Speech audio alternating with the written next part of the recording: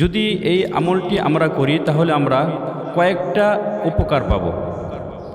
এর মধ্যে একটা উপকার হচ্ছে, যদি আমাদের ঘরের ভিতর মা বোনেরা থাকেন, অনেক সময় দেখা যায় বাসার ভিতর একা একা অনেকগুলা কাজ করতে হয়, বাচ্চা সামলাতে হয়, অথবা রান্না বান্না করতে হয়, অথবা কাপড় ধুতে হয়। যদি এরকম কাজ করতে করতে আমরা ক্লান্ত হয়ে যাই তাহলে আমরা এই আমলটি করতে পারি। দ্বিতীয়ত হচ্ছে, আপনার সন্তান পড়াশোনা করতেছে, পড়াশোনা করতে করতে ক্লান্ত হয়ে গেছে, তাহলে আমরা এই আমলটি করতে পারি। অথবা আপনার সন্তান একটা সাবজেক্ট, যেমন বাংলা অথবা অঙ্ক অথবা ইংরেজি একটা সাবজেক্ট পড়তেছে, কোনো একটা সাবজেক্ট পড়তে পড়তে ক্লান্ত হয়ে গেছে, তাহলে আমরা এই আমলটি করতে পারি।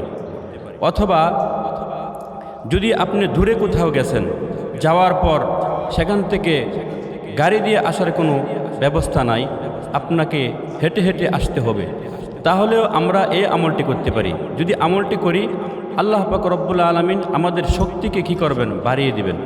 তাহলে চলুন আমরা আমলটি শুরু করি। এই আমলটি আমরা কীভাবে করব? এই আমলটি আমরা এভাবে করব যে, প্রথমে আমরা কি করব? দুরূদ শরীফ পড়ব 3 বার। সবচেয়ে ছোট দুরূদ শরীফ হচ্ছে সাল্লাল্লাহু আলাইহি ওয়াসাল্লাম। অতঃপর আমরা ইস্তেগফার 70 বার পাঠ করব। ইস্তেগফার আমরা কিভাবে পাঠ করব? আস্তাগফিরুল্লাহ, সবচেয়ে সংক্ষিপ্ত ইস্তেগফার হচ্ছে আস্তাগফিরুল্লাহ। আর যদি পুরোটা পড়ি তাহলে আস্তাগফিরুল্লাহ রব্বি মিন কুল্লি যামবি ওয়া আতুবু ইলাইহি লা হাওলা ওয়ালা কুওয়াতা ইল্লা বিল্লাহিল আলিয়্যিল আযীম। যদি আমরা 70 বার এই ইস্তেগফার পাঠ করি, তাহলে যেই উপকারগুলো বলছি, আশা করা যায় আল্লাহ তাআলা এই ইস্তেগফারের মাধ্যমে আমার শক্তিকে কি করবেন? বৃদ্ধি করে দেবেন। এই ইস্তেগফারের একটা ফজিলত হলো, হযরত হুযায়ফা রাদিয়াল্লাহু তাআলা আনহু, তিনি একবার রাসূল করিম সাল্লাল্লাহু আলাইহি ওয়াসাল্লামের দরবারে গিয়ে বলতেছে, ইয়া রাসূলুল্লাহ, আমি যখন বাহির থেকে ঘরের ভিতর আসি, অনেক সময় আমার স্ত্রীর উপর আমার রাগ হয়, অনেক রাগ হয়, তখন তাহলে আমার কী করণীয়? রাসূল করিম সাল্লাল্লাহু আলাইহি ওয়াসাল্লাম বলেছেন, হে হুযায়ফা, তুমি কি করবা? ঘরের ভিতর প্রবেশ করার পূর্বে 70 বার ইস্তেগফার পাঠ করবা।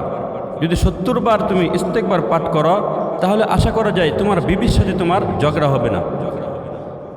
কত বড় কথা! তাহলে আমরা এই আমলটি করতে পারি।